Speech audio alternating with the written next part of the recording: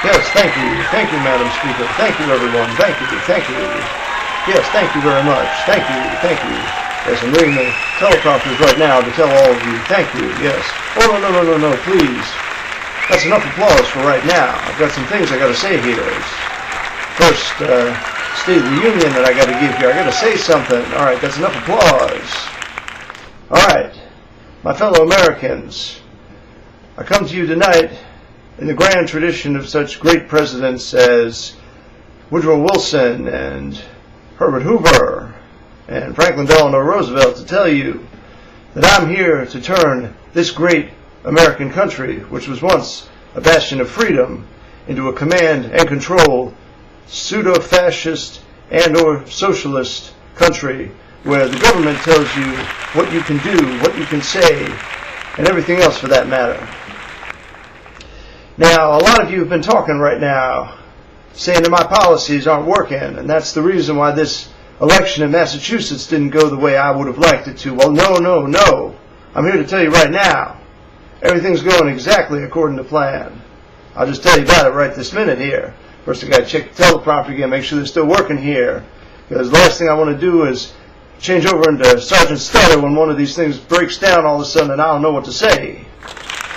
Anyway, back to the business of this country.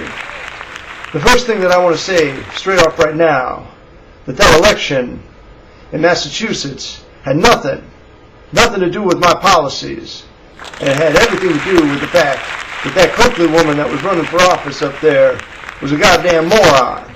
I mean, the woman literally did no campaigning, and she assumed that just because that womanizing, drunken fool Ted Kennedy managed to hold that seat for over 40 years, that any old idiot could win that office. But, you see, I knew better, and I told her so. I went there and I tried to help her out.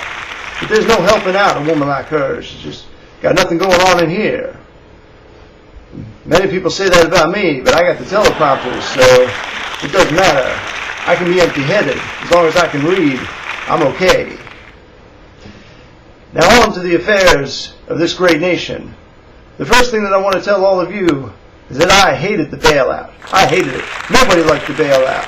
Now I'm sure the question that all of you are asking now is if I hated the bailout so much, and if everybody else in Congress and the government hated it so much, then why the heck we do it?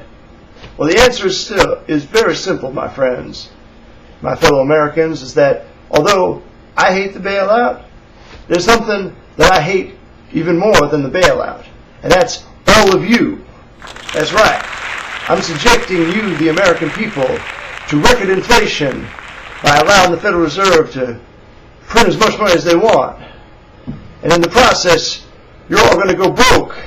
Even though your bank accounts are going to read the same amount of money, it's going to be worthless. It's going to be like toilet paper. And I'm doing that because I hate you. And the reason why I hate you is because I hate you for your freedom.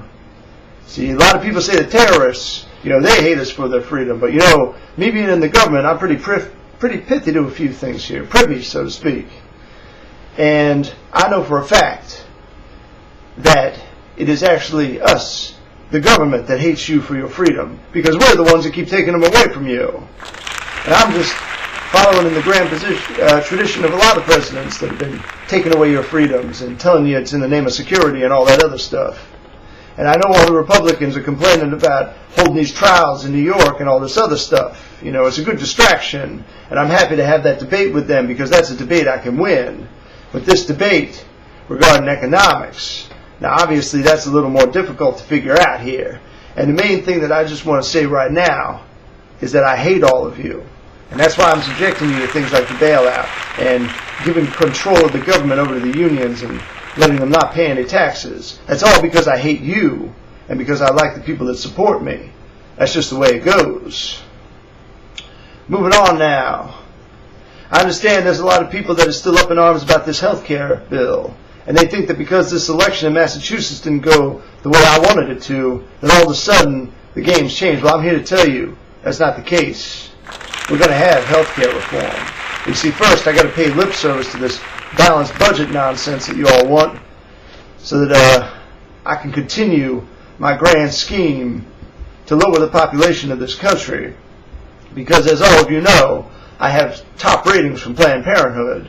and the founder of Planned Parenthood, Margaret Sanger, she wanted less people in this world.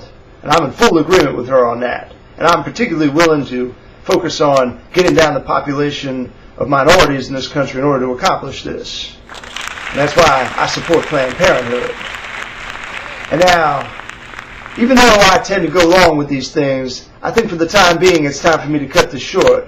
But I'm just going to end this all by saying that none of you are in any position to criticize anything I do or say. I don't care what the polls say. I don't care whether you are aware of the fact that my number's in the tank right now. Understand very well that I'm the president and you are not. And remember, I'm the hope and the change here. You see, people don't realize this, but the reason why I'm constantly talking about hope is because as long as I can keep all of you deluded into believing in that there's hope without any actual logical solutions to the problems, I'm free to continue doing what I want. You guys can walk around like a bunch of robots saying, oh, he's giving us hope.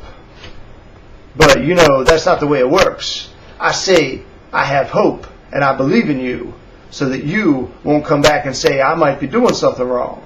That's just the way it goes.